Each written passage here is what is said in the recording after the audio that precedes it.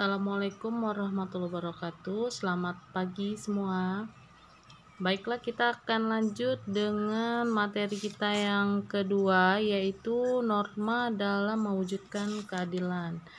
Yang punya buku, kalian bisa lihat di buku LKS halaman 37. Kalau yang ada buku cetaknya boleh dibuka juga di halaman 33. Oke, yaitu judulnya norma dalam mewujudkan keadilan. Yang pertama kita bahas norma dalam kehidupan bermasyarakat.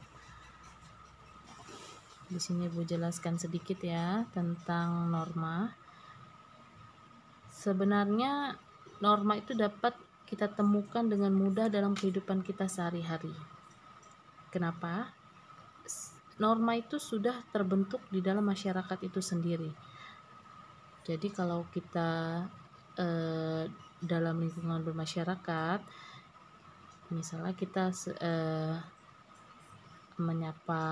menyapa jika bertemu teman, menjalankan ibadah di musola, tanpa kita sadari kita sudah menyesuaikan tingkah laku terhadap norma yang berlaku. Ya, jadi norma itu dapat disimpulkan yaitu aturan atau ketentuan yang mengikat warga masyarakat yang digunakan sebagai panduan dan pengendalian dalam berperilaku. Ya kan? Jadi aturan itu memang sudah ada dalam masyarakat. Nah, itu yang disebut dengan norma. Jadi memang norma itu sudah ada sejak nenek moyang kita. Kemudian poin kedua yaitu ada macam-macam norma. Norma ada 4. Jadi nanti kalau kalian ditanya itu norma, kalian tahu norma itu ada berapa? Karena pengalaman ibu di tahun lalu itu ditanya norma saja ada berapa, nggak ada yang tahu. Nah, jadi kalian nanti kalau ditanya norma itu ada berapa, ada 4. Yang pertama norma kesusilaan. Norma itu ini berdasarkan dari sumbernya dulu yang kita bahas ya. Yang pertama norma kesusilaan. Apa itu norma kesusilaan? Adalah peraturan sosial yang berasal dari suara hati nurani manusia yang menghasilkan akhlak, sehingga seseorang dapat membedakan sesuatu yang dianggap baik dan buruk. Nah, kira-kira apa tuh contohnya? Norma kesusilaan itu seperti apa? Ada yang tahu? Ya, contohnya yaitu sikap jujur dan berani mengakui kesalahan. Merupakan sikap yang perlu dicontoh ya. Misalkan kalian bertengkar atau berkelahi dengan teman, kemudian biasanya kan ada yang tidak mengakui yang mana yang salah. Nah ini merupakan norma kesusilaan ya, yang harus kalian berani mengakui kesalahan kalian dan meminta maaf. Kemudian yang kedua yaitu norma kesopanan, merupakan peraturan sosial yang mengarah pada cara seseorang bertingkah laku secara wajar dalam kehidupan bermasyarakat. Jadi tata cara norma kesopanan itu sudah diajarkan dari keluarga biasanya ya. Dari keluarga bagaimana kita bersikap terhadap orang lain yang lebih tua dari kita, kemudian mendengarkan orang lain bicara dulu baru kita ikut bicara. Biasanya itu sudah diajarkan oleh orang tua kita. Oke, contoh lain norma kesopanan adalah tidak meludah di sembarang tempat, memberi atau menerima sesuatu dengan tangan kanan, menghormati orang yang lebih tua tadi. Nah, kan bertegur dengan orang yang kalian kenal, itu merupakan norma-norma dari kesopanan. Kemudian yang sudah pudar sekarang, kalau ibu perhatikan ketika kita berjalan kemudian melihat orang tua sedang bicara, sedang ngobrol dengan orang lain, kita lewat tapi tidak menundukkan kepala dan tangan kita. Dengan seperti itu tidak menunjukkan norma kesopanan ya nak ya. Jadi kalian yang muda ini yang sudah mulai pudar, jadi kalian belajar norma sekarang harus lebih diperhatikan lagi untuk norma-norma kesopanannya. Kemudian yang ketiga, norma agama. Apa itu norma agama? Norma agama merupakan peraturan hidup yang sifatnya mutlak, tidak dapat ditawar-tawar dan diubah ukurannya. Contohnya misalkan kita menghormati, saling menghormati, intinya menghormati ajaran agama dari kawan kita. Misalkan di kelas kamu ada yang berbeda dengan keyakinan, yang bagaimana sikap kamu menghadapi keyakinan tersebut, yaitu kita harus tetap sikap saling menghargai walaupun berbeda agama. Contohnya tidak memaksa mereka mengikuti kita, kemudian yang untuk agama lain memberikan waktu kita untuk sholat, begitu juga sebaliknya. Oke, di sini beberapa contoh penerapan norma agama dalam masyarakat, yaitu menjaga kerukunan antar umat beragama, kemudian membantu orang yang mengalami kesusahan, kemudian lagi rajin beribadah sesuai keyakinan agama masing-masing, kemudian mencegah dan tidak melakukan perbuatan yang dilarang oleh agama, terakhir menghormati kedua orang tua dan menjaga hubungan baik antar umat beragama. Jadi jangan mentang-mentang ada temannya yang beda agama terus kalian bully. Nah, itu tidak boleh ya nak ya. Kemudian yang terakhir yaitu norma hukum.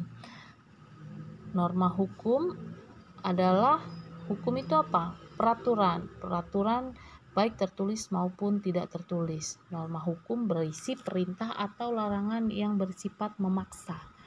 Jadi memang sudah ada aturannya kalau untuk norma hukum. Misalkan kamu melanggar pasal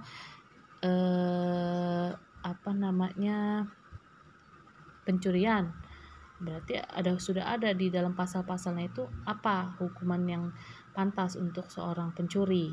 Nah, itu sudah mutlak, tidak bisa diganggu, dan itu sudah tertulis ya nak ya di dalam ini ya. Jadi norma hukum ini diakui oleh masyarakat sebagai ketentuan yang sah karena bersumber dari negara.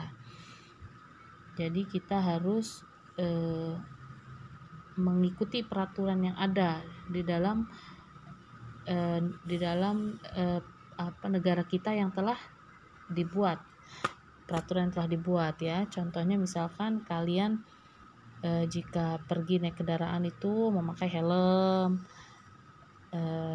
nanti kan kalau tidak pakai helm kan pasti ditilang. Kemudian perhatikan lampu merah, mematuhi peraturan lalu lintas. Kemudian kalian harus memiliki SIM. Nah, itu contoh-contoh peraturan norma hukum ya. Banyak sebenarnya kalau norma hukum, tapi yang lebih diidentifikasi itu aja dulu tentang bagaimana kalian bersikap untuk mematuhi peraturan di negara kita. Oke, kemudian berlanjut. Di sini ada beberapa contohnya ya, norma-norma kesopanan, norma kesusilaan, norma agama, dan norma hukum. Di sini ada contohnya. Ibu kasih gambar biar kalian mudah memahami. Karena di dalam sini, di dalam norma-norma kita ini berlaku semua ya nak ya, peraturan yang dibuat oleh negara kita. Kemudian yang poin kedua yaitu norma berdasarkan bentuknya. Yang pertama, norma tertulis. Apa itu norma tertulis? Yaitu norma yang dinyatakan atau dideklarasikan dalam bentuk tertulis. Norma tertulis itu biasanya ditetapkan oleh pejabat yang berwenang. Misalkan kita di suatu sekolah, misalkan kalian harus mengikuti peraturan yang ada di sekolah itu. Nah, peraturan itu sudah ditulis.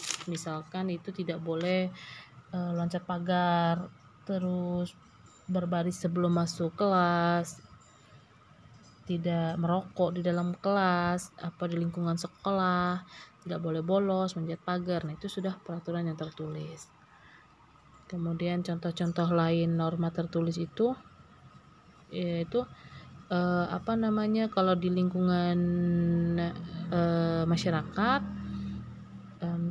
ya itu tadi tidak misalkan kalian ingin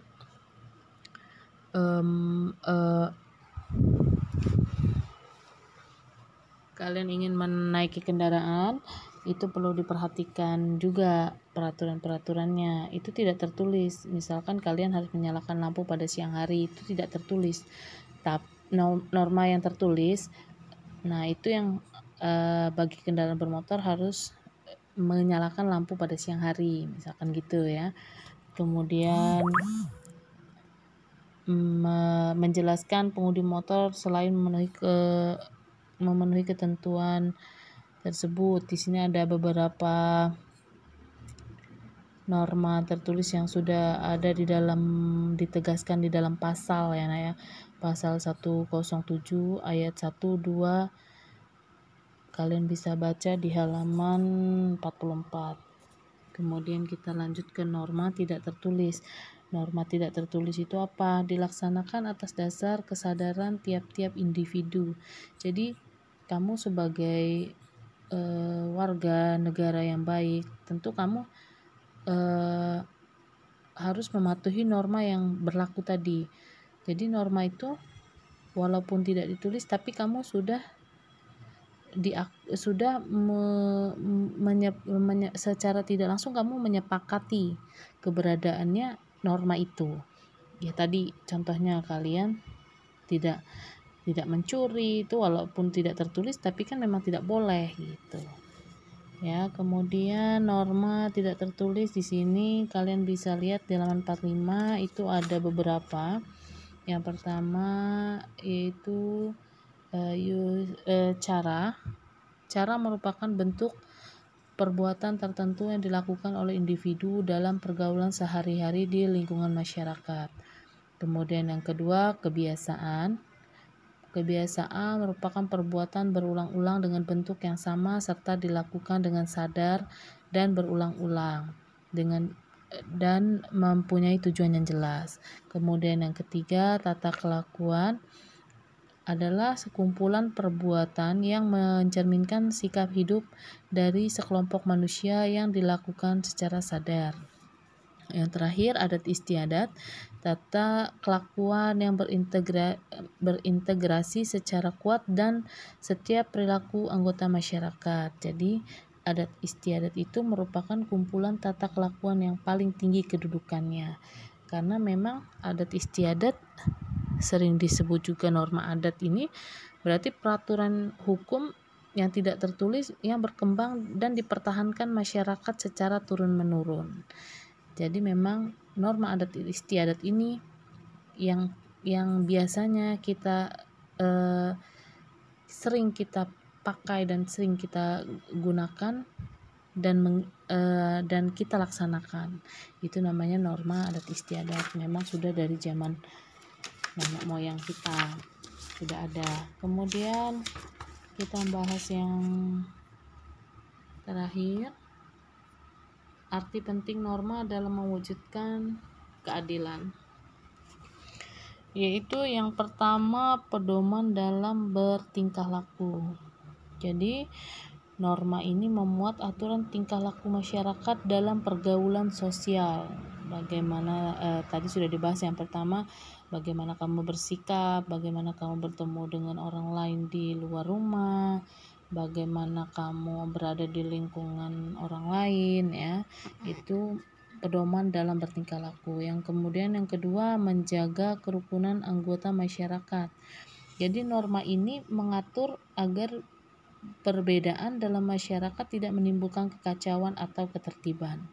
Makanya kita harus menjaga kerukunan anggota masyarakat itu dengan norma-norma yang kita pelajari tadi. Kemudian yang ketiga, sistem pengendalian sosial, yaitu tingkah laku anggota masyarakat diawasi dan dikendalikan oleh aturan yang berlaku. Ada yang bisa tahu contohnya apa? Yaitu dengan adanya norma hukum tadi. Nah, jadi persamaan dari norma-norma yang tadi kita pelajari itu merupakan norma tersebut itu mengatur semua tata tertib dalam masyarakat. Sedangkan kalau untuk perbedaannya itu terletak pada sanksinya masing-masing. Nah, sampai sini norma selesai kita bahas. Ada yang mau ditanyakan, silakan ditanyakan lewat bisa lewat grup boleh.